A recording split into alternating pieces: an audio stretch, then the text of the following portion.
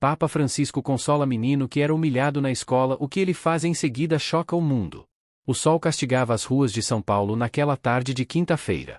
No pequeno apartamento do conjunto habitacional Jardim Primavera, Dona Aparecida ajeitava o uniforme escolar do neto com cuidado, passando a mão pelo tecido já desbotado de tanto uso. Pedro, um menino franzino de 11 anos, olhava para o chão enquanto a avó arrumava sua gola. Vai ficar tudo bem hoje, meu filho. Você vai ver, dizia ela, tentando soar confiante, embora a preocupação transparecesse em cada ruga de seu rosto. Pedro apenas assentiu, sem levantar os olhos. As manchas roxas em seus braços estavam cobertas pela camisa de manga comprida, mesmo com o calor intenso daquele verão brasileiro. O menino pegou sua mochila remendada e caminhou em silêncio até a porta.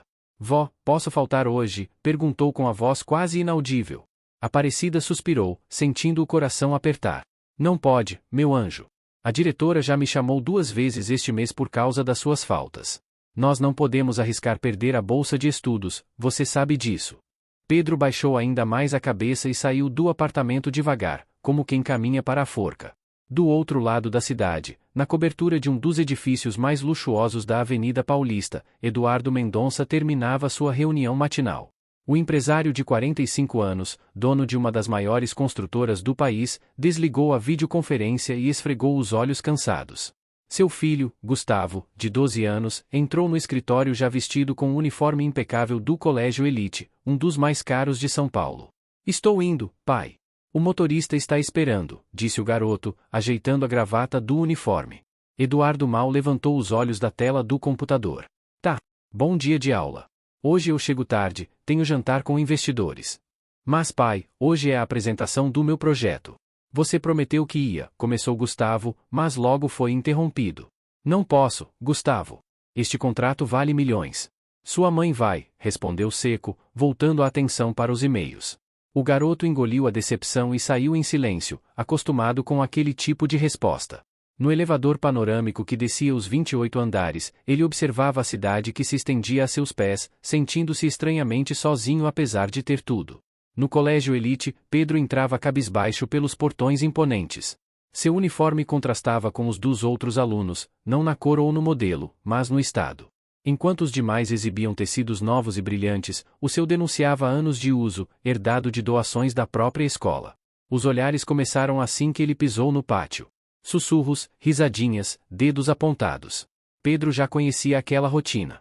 Era o bolsista, o menino pobre, o intruso, naquele ambiente de luxo e privilégios. Olha lá o favelado, gritou um dos meninos quando Pedro passou. Ei, Pedro Farrapo, trouxe o almoço hoje ou vai comer resto de novo? As risadas ecoaram pelo pátio. Pedro acelerou o passo, tentando chegar logo à sala.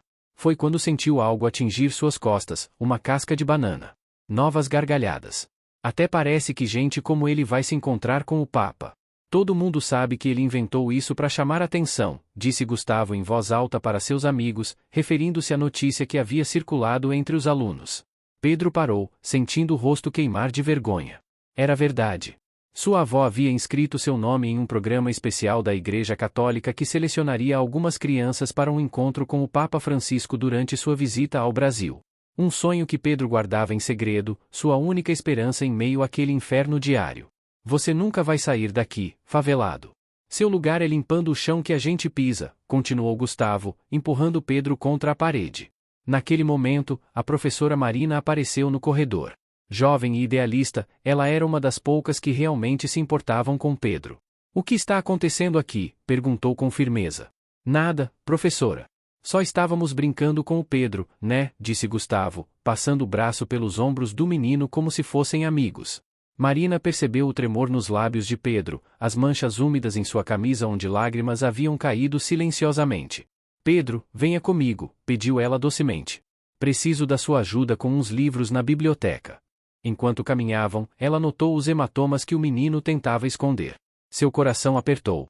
Aquele contraste doloroso entre a inocência de uma criança e a crueldade do mundo ao seu redor era o que mais a angustiava em sua profissão. Um dia, tudo isso vai acabar, Pedro, sussurrou ela, mais para si mesma do que para o menino. Mal sabia ela que aquele, um dia, estava mais próximo do que qualquer um poderia imaginar. Na sala dos professores, Marina observava Pedro através da janela. O menino estava sentado sozinho no canto do pátio, comendo um sanduíche simples enquanto lia um livro velho sobre o Vaticano. A professora suspirou, sentindo-se impotente. Ainda preocupada com o Pedro, perguntou o diretor Sérgio, aproximando-se com uma xícara de café. Não consigo entender como permitimos que isso aconteça, Sérgio. Aquele menino sofre todos os dias e ninguém faz nada efetivo, desabafou ela. O diretor ajeitou a gravata à cara, visivelmente desconfortável. Marina, você sabe como funciona. Os Mendonça são os maiores doadores da escola. O pai do Gustavo praticamente financiou a nova ala de ciências. Não podemos simplesmente. Não podemos o quê? Proteger uma criança, interrompeu ela, indignada. Sérgio baixou o tom de voz. Olha, já conversei com Gustavo várias vezes. O problema é que a influência vem de casa. Eduardo Mendonça não é exatamente um exemplo de empatia. Do lado de fora, Pedro virou a página do livro, admirando as fotos da Praça São Pedro. Seu dedo fino percorria a imagem do Papa Francisco sorrindo para uma multidão. No bolso da camisa, ele guardava a carta da Arquidiocese de São Paulo, uma das 20 crianças selecionadas para um encontro particular com o Papa durante sua visita ao Brasil. Ninguém acreditava nele. Nem os colegas, nem os professores, talvez nem mesmo sua avó, que tinha enviado a inscrição mais como um gesto de fé do que com real esperança. Afinal, por que escolheriam justamente ele? Após o recreio, na aula de geografia, a professora anunciou um trabalho em grupo. Como sempre, Pedro ficou sozinho, até que a professora interveio e o colocou no grupo de Gustavo. Os olhares de desgosto foram imediatos. Professor, não pode ser outro grupo, implorou Gustavo sem disfarçar. Não, Gustavo. Os grupos já estão formados, respondeu ela com firmeza. Ao final da aula, o grupo se reuniu para dividir as tarefas. Gustavo olhava para Pedro como se ele fosse incapaz de entender o básico. Olha, favelado, é melhor você não estragar nosso trabalho. Meu pai vai me matar se eu tirar nota baixa, disse Gustavo entre dentes. Eu posso fazer a pesquisa e o texto, ofereceu Pedro timidamente.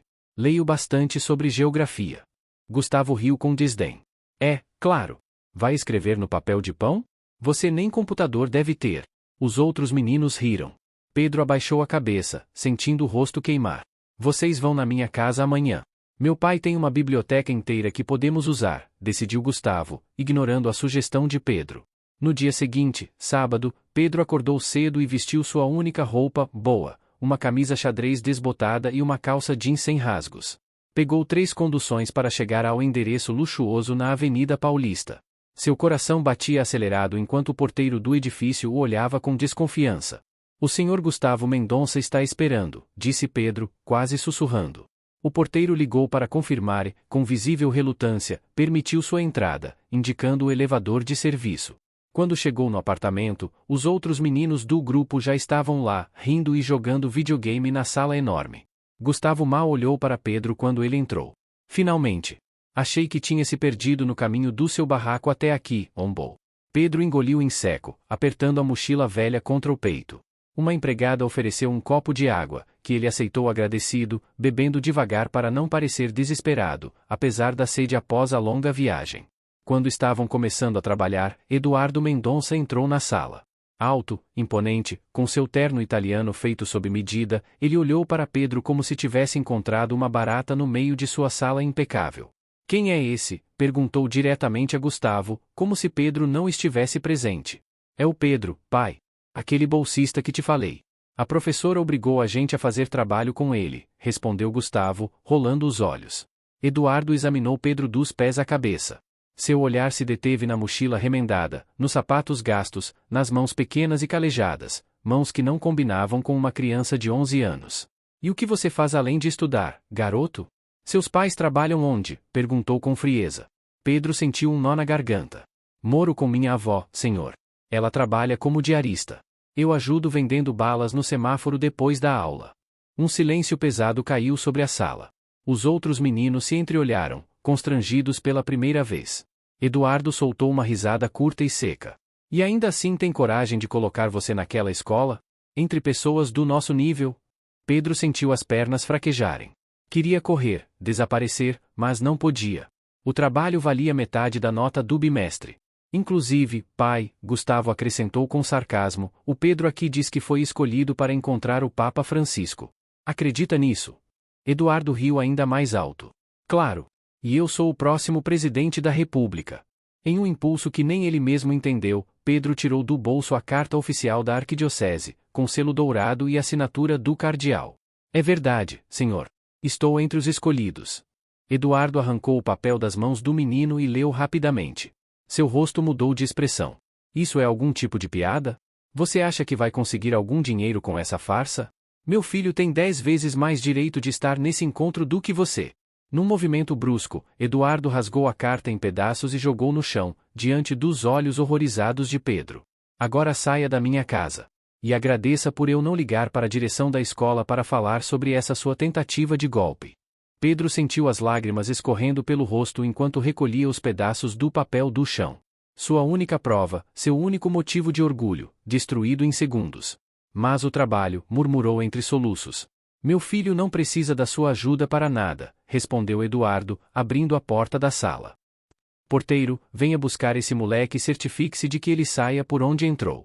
Pedro saiu do apartamento cambaleando, segurando os pedaços da carta contra o peito. No elevador de serviço, sozinho, ele desabou. Não eram apenas as humilhações na escola, nem a carta destruída, era a certeza esmagadora de que, para pessoas como Eduardo Mendonça, ele sempre seria invisível, sempre dispensável. Naquela noite, Dona Aparecida encontrou o neto encolhido na cama, ainda segurando os pedaços rasgados do papel. Meu Deus, Pedro!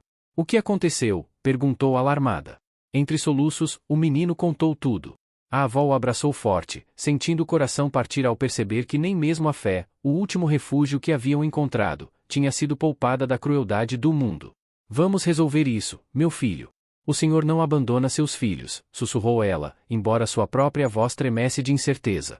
Na segunda-feira, Pedro não foi à escola. Aparecida ligou alegando que o neto estava doente, mas a verdade era que o menino simplesmente não tinha forças para enfrentar mais humilhações, especialmente sem sua carta, a única prova de seu sonho. Em casa, deitado na cama estreita que dividia com a avó, Pedro olhava para o teto descascado. Nas paredes, recortes de jornal e imagens do Papa Francisco formavam um mosaico de esperança que ele havia arrancado em fúria naquela manhã, rasgando-os como sua carta tinha sido rasgada.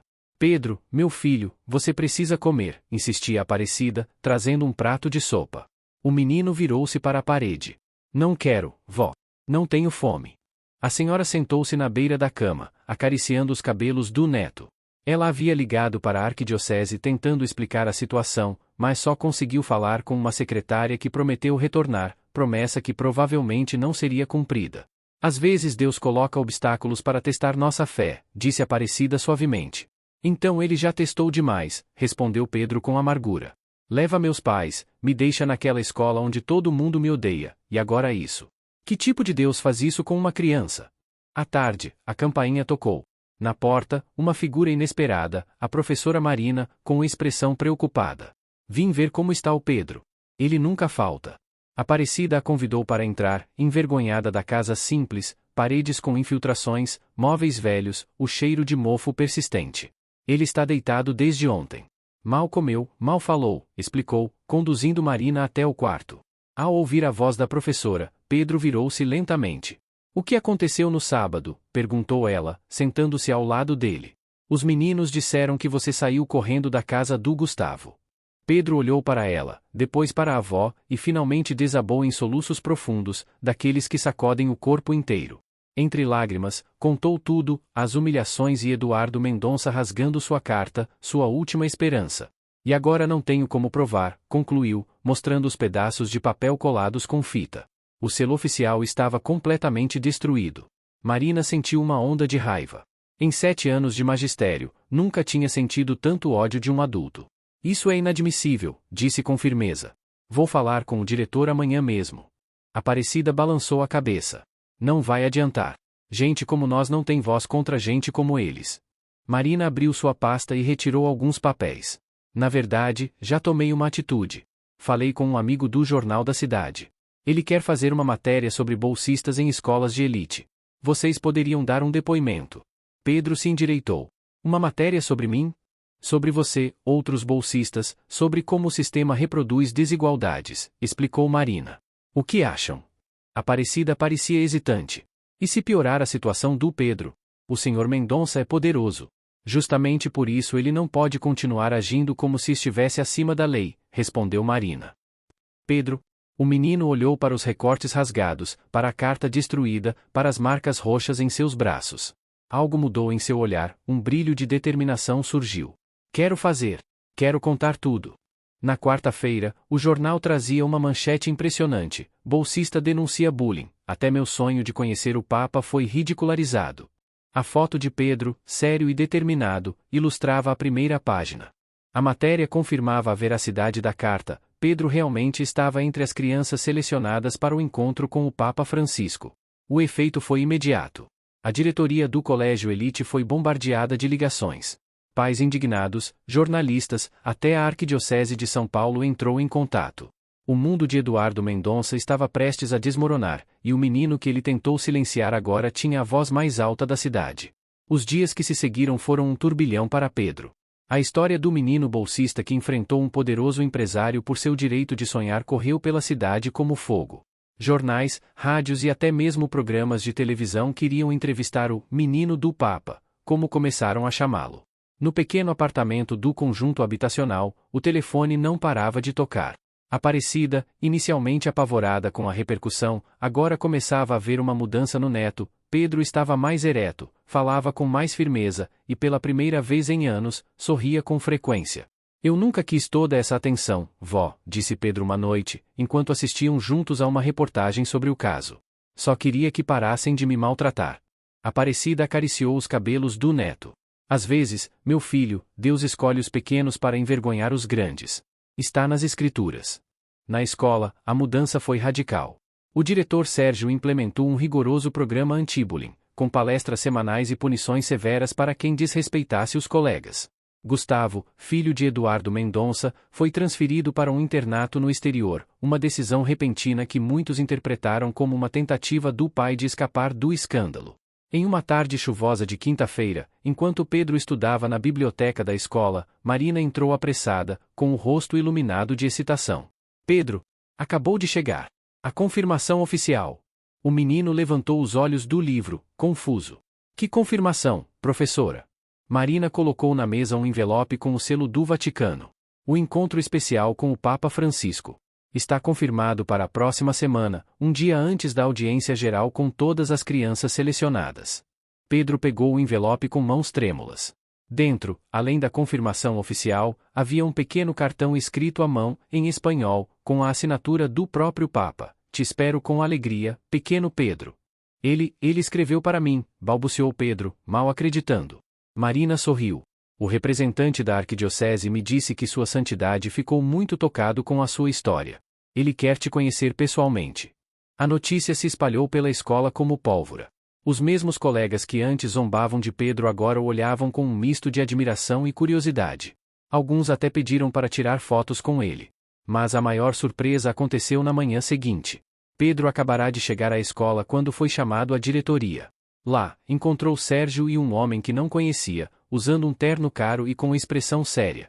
Pedro, este é o Dr. Antônio Vasconcelos, advogado da construtora Mendonça, apresentou o diretor, parecendo desconfortável. Pedro sentiu o coração acelerar. Seria uma ação judicial? Eduardo Mendonça estaria processando-o por difamação, como havia ameaçado. Não se preocupe, rapaz, disse o advogado, notando o medo no rosto do menino. Não estou aqui para causar problemas. Pelo contrário. Ele abriu uma pasta e retirou um documento oficial. O Sr. Eduardo Mendonça deseja oferecer um pedido formal de desculpas pelos acontecimentos recentes. Além disso, ele quer estabelecer uma bolsa de estudos permanente em seu nome, que cobrirá todas as suas despesas educacionais até a universidade. Pedro piscou várias vezes, incapaz de processar o que estava ouvindo. Mas, por quê? O advogado ajustou a gravata, visivelmente desconfortável.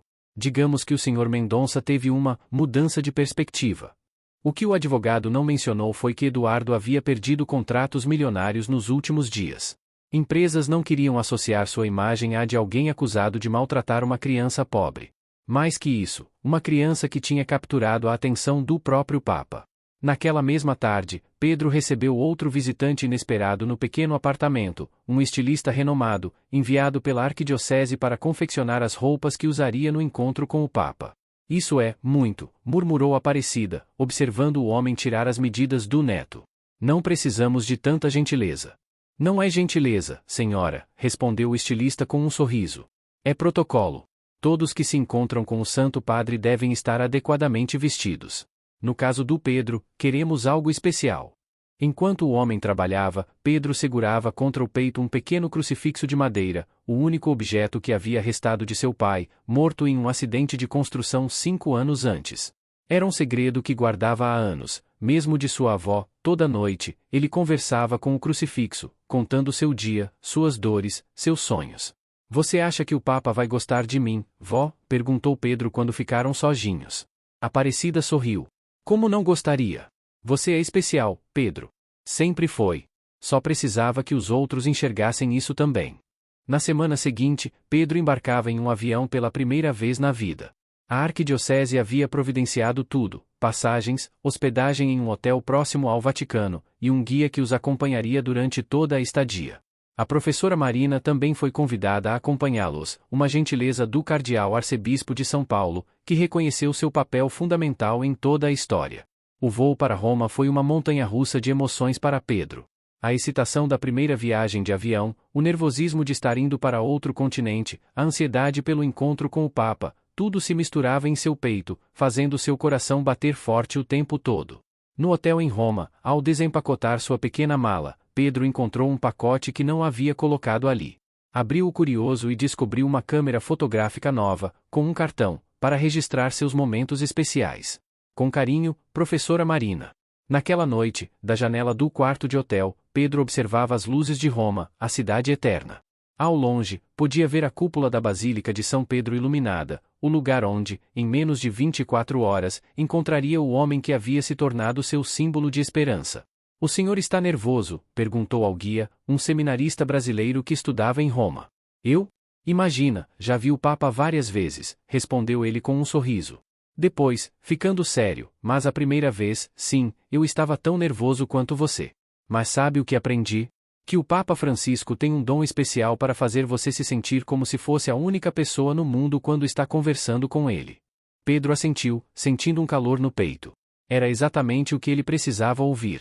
Na manhã seguinte, Pedro vestiu o terno feito especialmente para a ocasião.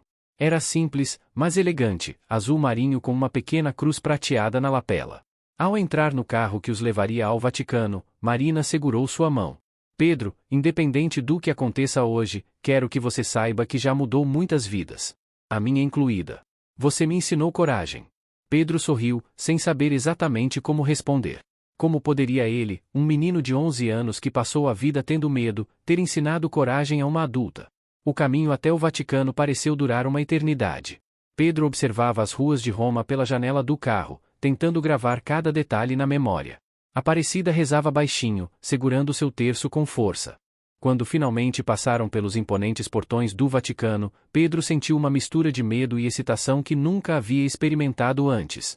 Estava prestes a conhecer o Papa Francisco, o homem que, sem saber, havia sido seu conforto nos momentos mais difíceis. Ao descer do carro, Pedro respirou fundo e olhou para o céu de Roma, tão azul e claro. Por um momento, todo o sofrimento dos últimos anos pareceu se dissipar. Ele estava ali, estava vivo, e pela primeira vez em muito tempo, sentia que seu futuro poderia ser diferente. Se você também está torcendo por Pedro e quer descobrir o que acontece no encontro com o Papa Francisco, aproveita esse momento e se inscreve no canal. A revelação que vai mudar tudo está só começando. Os corredores do Vaticano pareciam intermináveis. Pedro caminhava em silêncio, admirando os afrescos, estátuas e a arquitetura majestosa que o cercavam. Um monsenhor italiano de cabelos grisalhos os guiava, explicando ocasionalmente algum detalhe histórico que encontravam pelo caminho. Aqui é onde o Santo Padre recebe visitas privadas, explicou o monsenhor, parando diante de uma porta de madeira ornamentada. Ele pediu para ficar a sós com o jovem Pedro.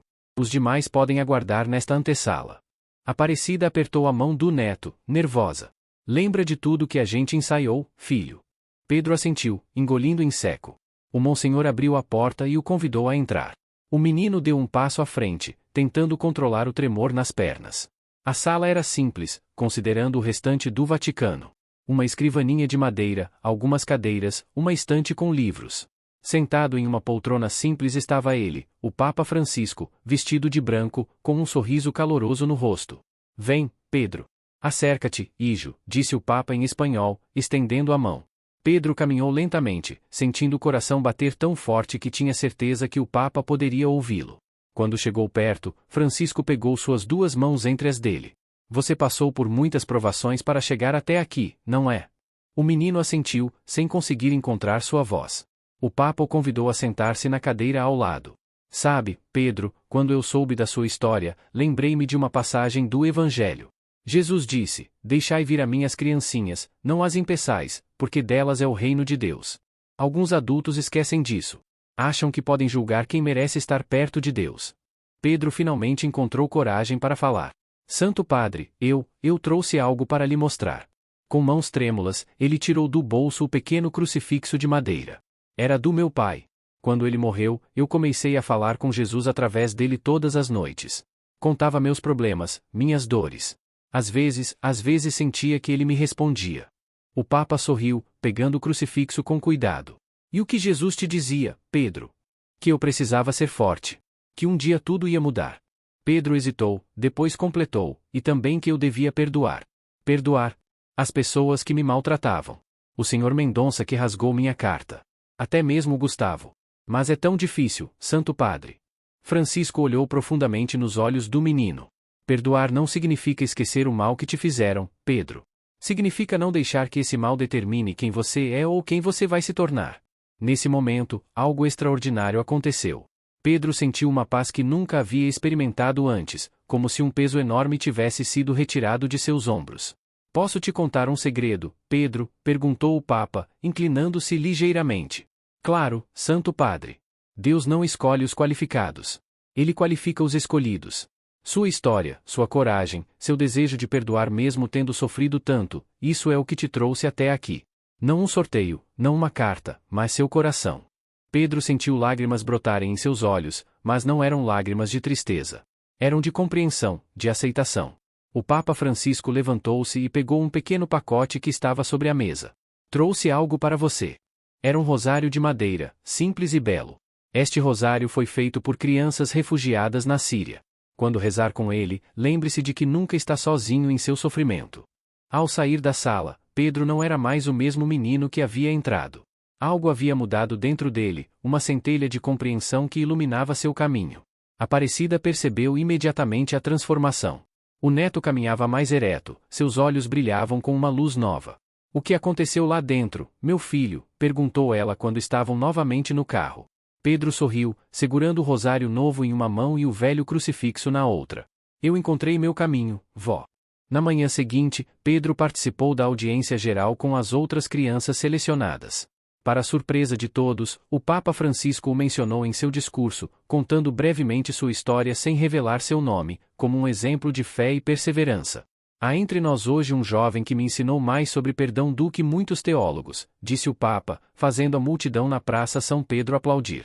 Ao retornar ao Brasil, Pedro foi recebido como um pequeno herói. Sua história inspirou um projeto de lei contra o bullying que levava seu nome. Eduardo Mendonça, transformado pela repercussão internacional do caso, tornou-se um defensor de causas sociais, financiando projetos educacionais em comunidades carentes. Anos depois, já adolescente, Pedro retornou a Roma como seminarista.